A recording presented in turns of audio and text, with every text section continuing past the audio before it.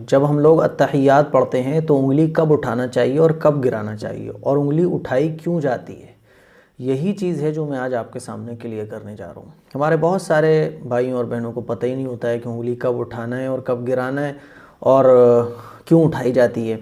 तो यही चीज़ आज आप समझ लें और अच्छे तरीके से सीख लें। देखें, हम लोग जब अत्तहियात पढ़ते हैं तो अत्तहियात पढ़ते हुए जब हम अशहदु अल्लाह पर पहुँचते हैं तो अशहदु अल्लाह जब पढ़ना शुरू करेंगे तो उंगली उठाएंगे, अशहदु अल्ला इलाहा उंगली उठाए रखेंगे, और जब इल्लल्लाह कहेंगे तो उंगली गिरा देंगे। ठीक है, जैसे अशहदु अल्लाह मैंने पढ़ना शुरू करा, अशहदु अल्ला इलाहा इल्लल्लाहु, तो इल्लल्लाह जब बोलेंगे तो उंगली गिरा देंगे, और अशहदु अल्लाह जब कहेंगे तो उंगली उठाएंगे। ऐसा क्यों होता है? ऐसा इस वजह से होता है क्योंकि जब हम अशहदु अल्ला इलाहा कहते हैं तो इसका तर्जुमा होता है कि कोई माबूद नहीं है। हम ज़बान से कह रहे होते हैं कोई माबूद नहीं है, तो कोई में सब आ गए, अल्लाह भी आ गया, तो हम उंगली से इशारा करके कह रहे होते हैं कि नहीं, एक माबूद है, कोई माबूद नहीं है लेकिन एक है, उंगली से इशारा कर रहे होते हैं और ज़बान से कह रहे होते हैं कोई माबूद नहीं है।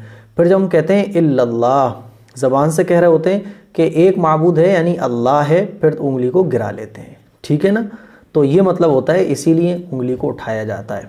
अब उंगली कैसे उठाई जाएगी?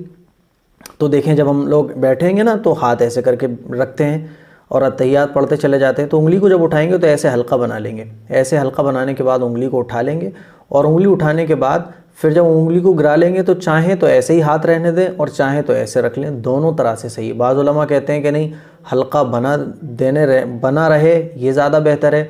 बाज़ उलमा कहते हैं नहीं कि हल्का बना हुआ ख़त्म कर दें और ऐसे हाथ रख लें, ये ज़्यादा बेहतर है। तो ये एक मुस्तहब वाली चीज़ है, तो आप चाहें तो हल्का बना रहने दें, चाहें तो हाथ ऐसे रख लें, दोनों तरीक़े सही हैं। बाज़ लोग इसमें भी झगड़ते हैं, तो झगड़ने की कोई बात नहीं है, इतनी छोटी छोटी चीज़ें झगड़ने की नहीं होती हैं।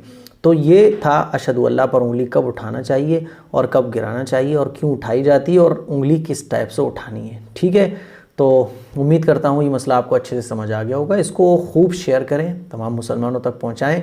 आप लोगों को अगर पहले से पता था तो मुझे कमेंट करके ज़रूर बताइए, और नहीं पता था तो कमेंट करके ज़रूर बताइए। और अपने घर पे अम्मी पापा, घर में जितने भी लोग आपके रहते हैं, सबको ये तरीक़ा सिखाइए। अस्सलामु अलैकुम व रहमतुल्लाहि व बरकातहू।